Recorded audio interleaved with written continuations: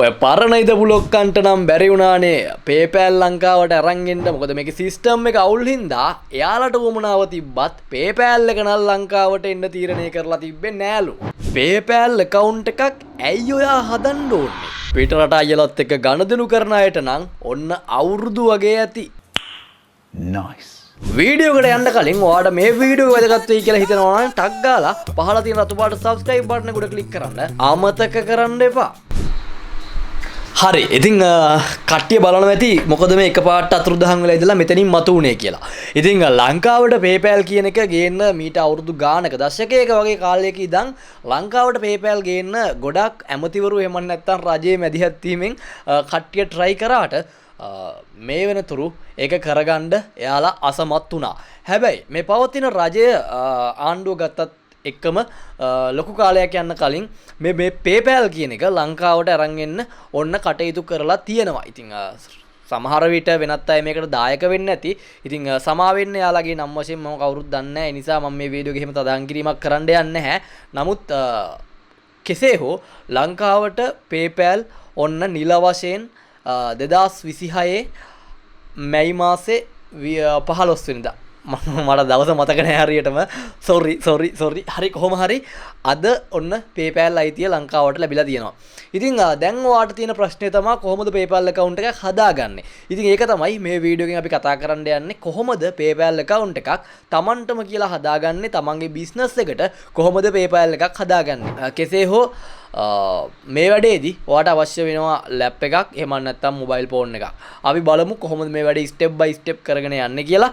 ඉතින් මෙතනදී මොනවා හරි ප්‍රශ්නයක් ආවොත් කමෙන්ට් ලිස්ට් එකේ කමෙන්ට් එකක් දාන්න. එහෙම නැත්නම් පහළ තියෙන නම්බර වලට මැසේජ් එකක් දාන්න. මොකද ආව විතරයි ලංකාවට PayPal. සමහර විට අද තියෙන හෝම් පේජ් එක එහෙම නැත්නම් ඉන්ටර්ෆේස් එක නෙවෙයි හෙට වෙන්න පුළුවන්. මේ ගැන අවබෝධයෙන් මේ වීඩියෝ එක බලන්න. මොකද මේක වෙනස් වෙන්න පුළුවන්.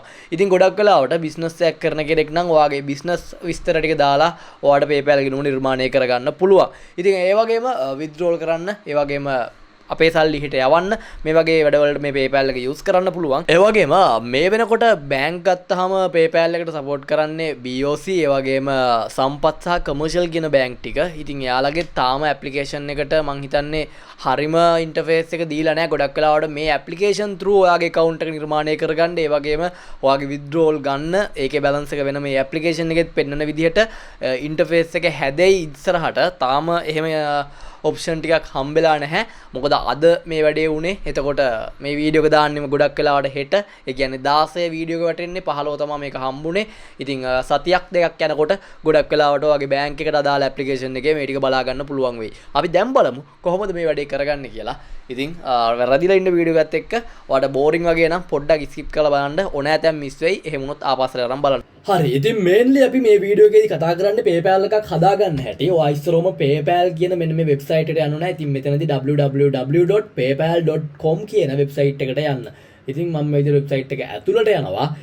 ඊට පස්සේ මෙන්න මෙතන අපිට බලා ගන්න පුළුවන් sign up වගේම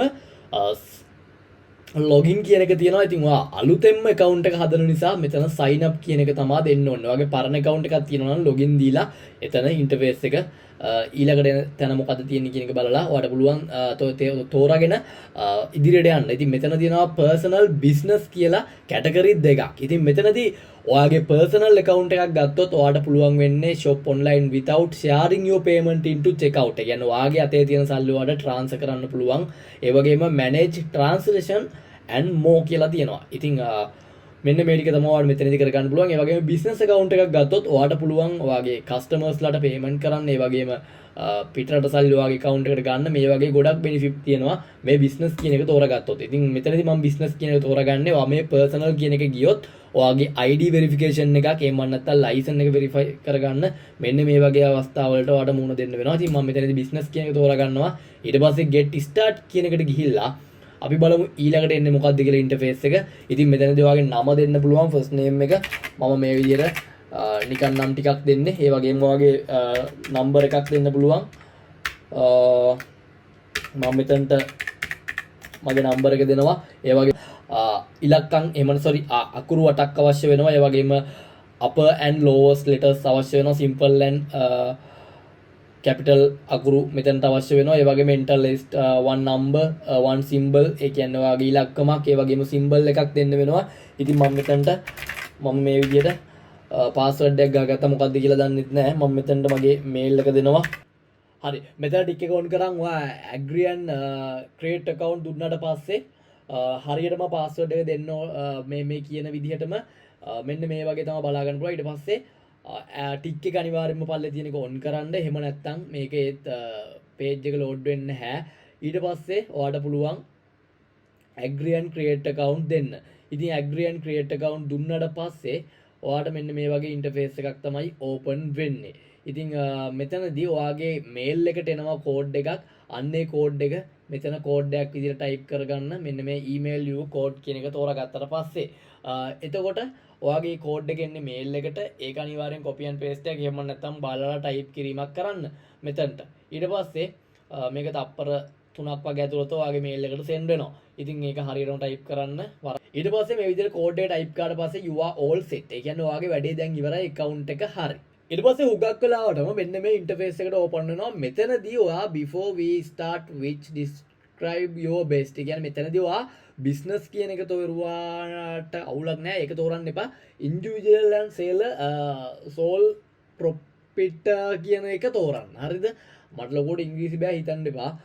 මේක තේරුවාට පස්සේ ඔයාට කිසිම error එකකින් තොරව වැඩේ ඉස්සරහට කරන් යන්න පුළුවන්. මෙන්න මෙතන අනිවාර්යෙන් උඩ තියෙන individual sale කියන තෝරන්න. ඔයාට business එහෙම නැත්නම් non profit කියන එක ඔයාගේ අවශ්‍යතාවය මත තෝරනවාද කියන එක ඔයා suggest කරගන්න. හරි. ඊට පස්සේ ඔයාලට මෙතනනුත් business type එකක් individual දෙන්න පුළුවන්. හරිද? ඊට පස්සේ මෙතන ඔයාගේ first name එක, middle name එක සහ last name එක දීලා ඔයාගේ date of birth එක, ඒ කියන්නේ ඔයාගේ උපන් දිනය අහනවා, දවස, මාසය, අවුරුද්ද. ඔන්න ඔය පිළිවෙලට එතන ඒ ටික type කරගන්න. ඊට පස්සේ ගොඩක් වෙලාවටම මෙතන මේ නම් දෙනකොට සහ ඇඩ්‍රස් දෙනකොට ඔයාගේ ඩ්‍රයිවිං ලයිසන් එකේ පාස්පෝර්ට් එකේ ID එකේ මේකේ ඔයා ID වෙරිෆිකේෂන් එකක් ආවොත් එතනට මිස්ටේක් වෙන නිසා ඔයාගේ ඒ වගේ තියෙන නම් අනම්මනන් ටිකම මෙතන ටයිප් කරන්න. ඊට පස්සේ ඔයාගේ බිස්නස් ඇඩ්‍රස් එක මෙතනට ටයිප් කරගන්න. ඔයාගේ තවත් ඇඩ්‍රස් එකක් තියෙනවා නම් බිස්නස් එකට අදාළව ඒ ඇඩ්‍රස් එකත් මෙතන ටයිප් කරගන්න පුළුවන්. ඊට පස්සේ කන්ට්‍රි එක ශ්‍රී ලංකාව විදිහට තෝරාගෙන මෙතන recommend කියන එකට ටික් එක on කරගෙන confirm දාන්න. මෙතනදී ගොඩක් වෙලාවට මහන්න වගේ ඇඩ්‍රස් එක මෙතන ඒ කට්ටියට ඔරිජිනල් එකම තියෙනවද එහෙම නැත්නම් වෙනස් කිරීමක් කරනවද වගේ එකක් තමයි. මෙතන ඔරිජිනල් දාන්න ඕනේ නැහැ. ඩිෆෝල්ට් එනර්ජිය තියාගෙන මෙතනදී ඔයා මෙන්න මේ ටික් ටික on කරගන්න වෙනවා. මේ පළවෙනියටම තියෙන business name කියන තැන ඔයාගේ business එකේ name එක type කරගන්න ඕනේ. ඔයා කරන business එක මොන වගේ business එකක්ද කියන එක මෙතන පල්ලෙහා තෝරන්න තියෙනවා. ඉතින් ඊට පස්සේ මෙතන default primary currency එක US ඩොලර් තියාගන්න. ඊට පස්සේ තාම රුපීස් ඇවිල්ලා නැහැ. ඒ නිසා මෙතනදී ඔයා ඊළඟට කරන්න ඕන දේ තමයි මෙන්න ටික් එක on කරගෙන business name එක type කරගන්න. ඒ වගේම currency එක US ඩොලර්. ඊට පස්සේ මෙතන අහනවා ගොඩක් වෙලාවටම product and service ඔයාගේ business එක මොන වගේ දෙයක්ද කියලා අහන්නේ. මෙතනදී ඔයාගේ business එකට අදාළව මේ topic එක තෝරගන්න ඕන තරම් topic තියෙනවා. ඔයා ඒක තීරණය කරන්න මොකක්ද select කරගන්න කියලා. ඊට පස්සේ අනිත් ඒවා පුරවන්න අවශ්‍ය වෙන්නේ නැහැ.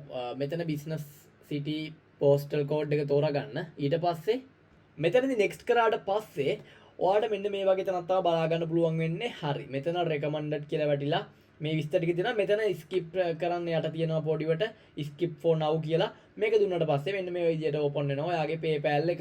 දැන් ඔයාගේ PayPal ගිණුම හැදිලා තියෙන්නේ. මෙතනදී බැංක් එකක් link කරගන්න පුළුවන්. මම හිතනවා මේ වීඩියෝ ඔයාලට වැදගත් වුණා කියලා. ඉතින් වැදගත් වුණා නම් තව කෙනෙකුට බලන්න අනිවාර්යයෙන්ම මේ වීඩියෝ එක share කරන්න. ඊට කලින් චුට්ටක් ඉන්න මෙන්න මේක අහලා යන්න.